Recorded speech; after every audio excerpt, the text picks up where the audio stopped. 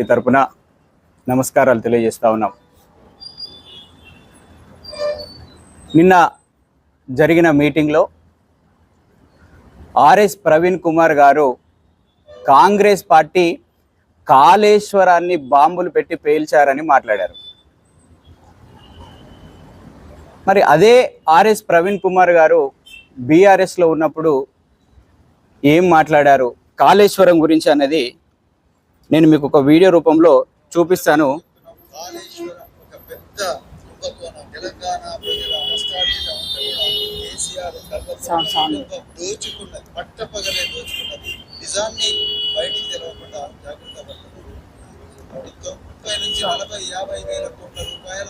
అంటే ఇక్కడ ప్రవీణ్ కుమార్ గారు మాట్లాడుతూ కాళేశ్వరం ప్రాజెక్టు కమిషన్ల కోసమే కేసీఆర్ గారు కట్టారు, దానికి ఎలాంటి నేషనల్ సేఫ్టీ లేకుండా కట్టారు, మరియు ఇంజనీర్ల ఇన్ఫర్మేషన్ లేకుండా ఇంజనీర్ల నాలెడ్జ్ లేకుండా కూడా కట్టారు అని ప్రవీణ్ కుమార్ గారు బీఎస్పీలో ఉన్నప్పుడు మాట్లాడారు.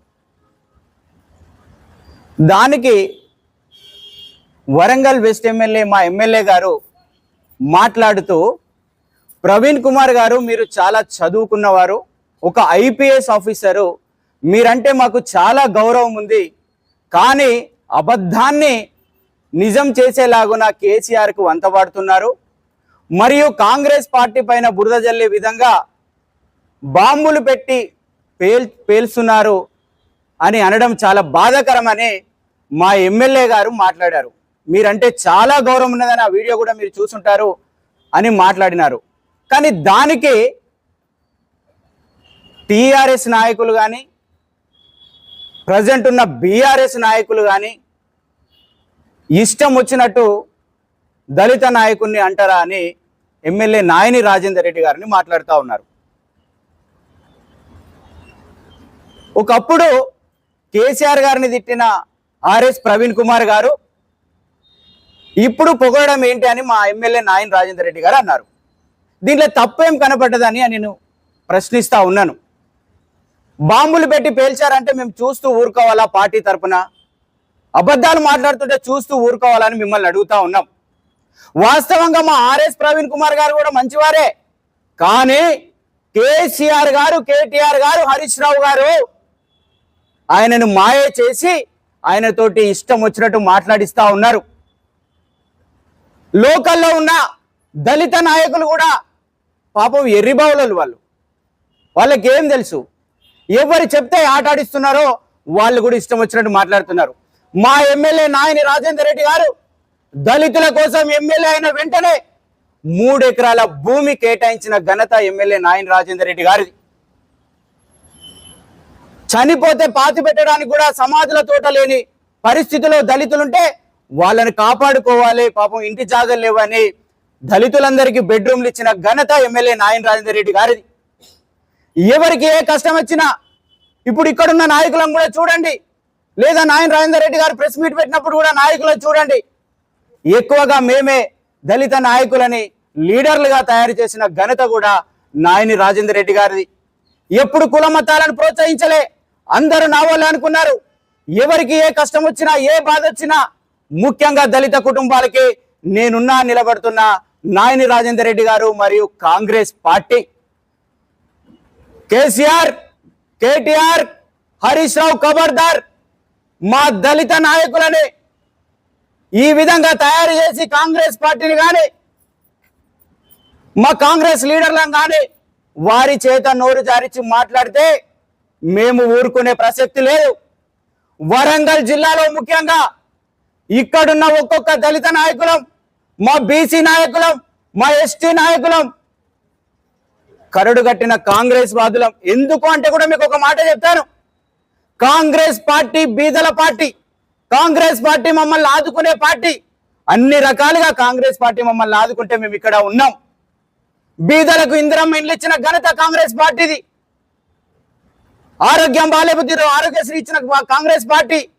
ఈరోజు సన్న బియ్యం తింటున్నామంటే కాంగ్రెస్ పార్టీ. కరెంటు బిల్లు లేదు, ఉచిత పథకాలు ఇచ్చింది కాంగ్రెస్ పార్టీ.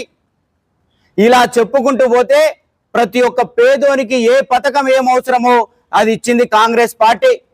కాంగ్రెస్ పార్టీని ఇష్టం వచ్చినట్టు మాట్లాడితే చూస్తూ ఊరుకోం బిడ్డ కేటీఆర్.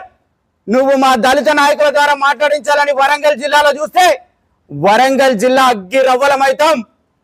నిన్నిక్కడ అడుగు పెట్టనివ్వమని హెచ్చరిస్తా ఉన్నాం. ఇంకా బుద్ధి జ్ఞానం రాలే. మొన్న మా ముఖ్యమంత్రి గారు మాట్లాడినారు. ఏ విధంగా మాట్లాడినారంటే, హార్వర్డ్లో ముఖ్యమంత్రి గారు చదువుకోవడానికి పోతే చదువు మీద కూడా ఎద్దేవా చేశారు మీరు.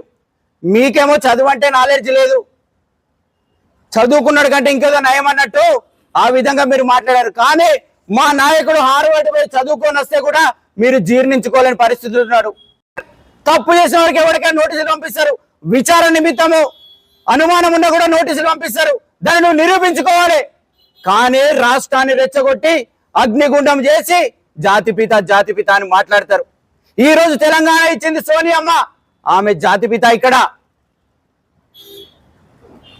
ఈరోజు జయశంకర్ గారు జాతిపిత.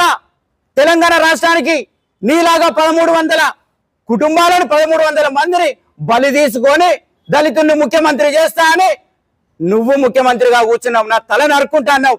ఇలా అబద్ధాలు చెప్పుకుంటూ పోతే టిఆర్ఎస్ ప్రభుత్వానికి పుట్టగతులు ఉండవు. దళితులను అన్ని రకాలుగా అవమానపరిచింది. ఈ రోజు దళితులకు 4 మంత్రి పదవులు కాంగ్రెస్ పార్టీలో. నువ్వు అధికారంలో ఉన్నప్పుడు ఒక్క మంత్రి పదవి ఇచ్చావు. ఆయనను కూడా నీ పక్కన కూర్చోబెట్టుకోవాలంటే తోసేసిన చరిత్ర నీది కేసీఆర్. దళితులను కడుపులో పెట్టుకొని కాంగ్రెస్ పార్టీ కాపాడుకుంటుంది. ఇక్కడ నువ్వు గుర్తుపెట్టుకో. ఇక్కడే కాదు, ఈ రోజు రాష్ట్రంలో మున్సిపాలిటీలు అన్నిట్లో కూడా ఎక్కడ చూసినా కాంగ్రెస్ పార్టీకి దళితుల మేము అండగా ఉంటాం. ఇష్టం వచ్చినట్టు నోరు జారితే మేము ఊరుకునే ప్రసక్తి లేదని మరి ఒకసారి ఆర్ఎస్ ప్రవీణ్ కుమార్ గారు కూడా పునరాలోచన చేసుకోవాలి. మీరు తమరు మాట్లాడే ముందు ఒక ఐపీఎస్ ఆఫీసర్ మీరంటే మాకు గౌరవం ఉంది. మా ఎమ్మెల్యే నాయనన్న గారు ఏ విధంగా చెప్పారో ఆ విధంగా మేము కూడా పాటిస్తాం. ఖచ్చితంగా మీరంటే గౌరవం ఉంది. కానీ కేసీఆర్ మీద ఆలోచన చేసి మీరు అబద్ధాలు మాట్లాడద్దని మిమ్మల్ని మేము ఇక్కడి నుంచి అడుగుతా ఉన్నాం.